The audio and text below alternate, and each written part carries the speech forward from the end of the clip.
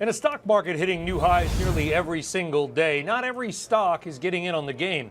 5 big S&P 500 companies have been stuck, basically where they were when the year began. Those names: Mylan, Concha Resources, Goldman Sachs, Fastenal, and Quest Diagnostics. Any of those names worth your money. Max Wolf with DTA, Dennis Davitt with Harvest Volatility Management. Max, very interesting because those names have nothing at all to do with each other. They're in completely different sectors, every single one of them. Any names stick out to you?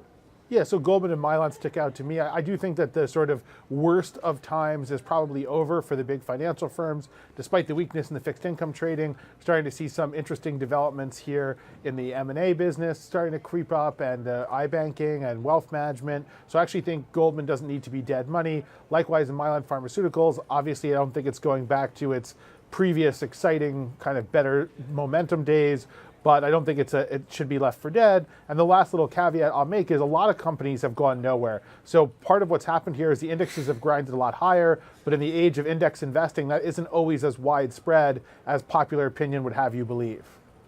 Dennis, how about you?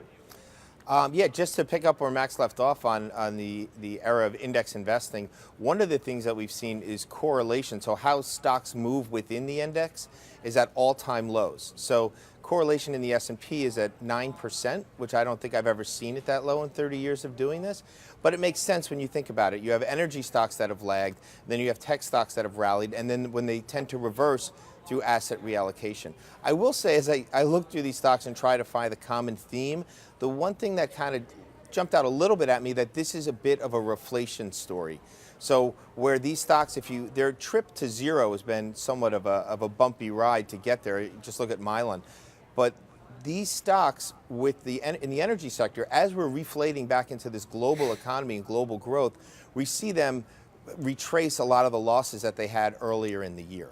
So the reflation trade was very popular at the end of last year, a little bit at the beginning of this year, and then it fell really out of favor. Those stocks sell off. Now it's coming more back into favor, and we're hearing more about inflation and reflation into the market and global growth, and that's why we're seeing these stocks come back. As far as picks, I agree with Max. I think Goldman is definitely one of the better places to be. All right, Dennis Davitt and Max Wolf, guys, we appreciate it. 5 sticks in the mud, I guess, as we're calling them. We'll see if any of them breaks out anyway soon. Guys, thank you very much. Folks, as always, tune into the live version of Trading Nation on CNBC's Power Lunch. I'm Brian Sullivan. We'll see you there as well. Take care.